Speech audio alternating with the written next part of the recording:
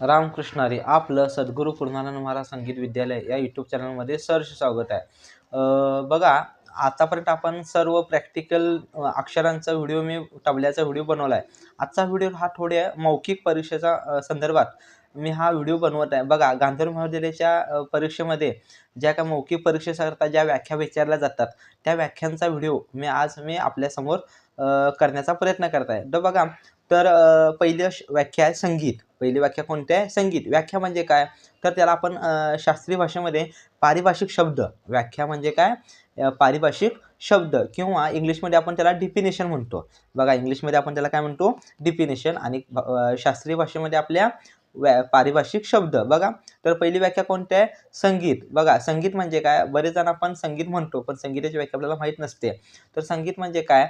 तर कर्णमधुर जनरंजन करणाऱ्या, अतिशय प्राचीन भारतीय परंपरा लाभलेल्या आणि गायन, वादन, नृत्य यांचा अंतर्भाव असलेल्या श्रेष्ठ कलेस संगीत असे म्हणतात. ही समजली पहिली.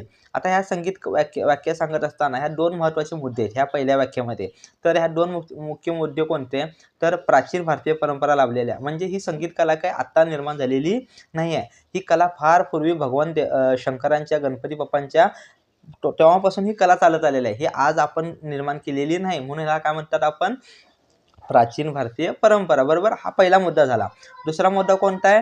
तर गायन, वादन, नृत्य. बघा, ही तीन घटक आहेत. संगीत भाग किती सांगितले जातात? तीन. पहिला गायन, दुसरा वाद्य आणि तिसरा नृत्य. हे तीन घटक जेव्हा एकत्र येतात तेव्हा संगीत बनतं. म्हणून काय म्हटलं तर एकमेकाचा अंतर्भाव.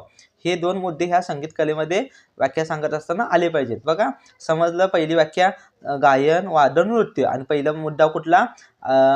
कर्णमधुर मनोरंजन करणाऱ्या, अतिशय प्राचीन भारतीय परंपरा लाभलेल्या आणि गायन, वादन, नृत्य यांचा अंतर्भाव असलेल्या श्रेष्ठ कले संगीत असे म्हणतात. हे दोन मुद्दे आपल्याला मी ह्या वाक्यामधून सांगितले आहेत. बघा, दुसरी व्याख्या कोणती आहे? नाद. दुसरी व्याख्या कोणती आहे? नाद. कोणत्याही वस्तूवर आघात झाल्यानंतर जो ध्वनिलहरी निर्माण होऊन जो आवाज आपण ऐकतो त्यास नाद असे म्हणतात. मी अनेकदा रिपीट करतो. कोणत्याही वस्तूवर आघात झाल्यानंतर जो ध्वनिलहरी निर्माण होऊन जो आवाज आपण ऐकतो त्यास काय म्हणतो आपण? नाद असे म्हणतो. बघा, आजच्या व्हिडिओमधून मी दोन व्याख्या सांगितल्या आहेत. जर व्हिडिओ आवडल्यास नक्की लाईक करा आणि राहिलेल्या व्याख्या मी पुढच्या व्हिडिओमधून सांगण्याचा प्रयत्न करेन. धन्यवाद. रामकृष्ण हरी.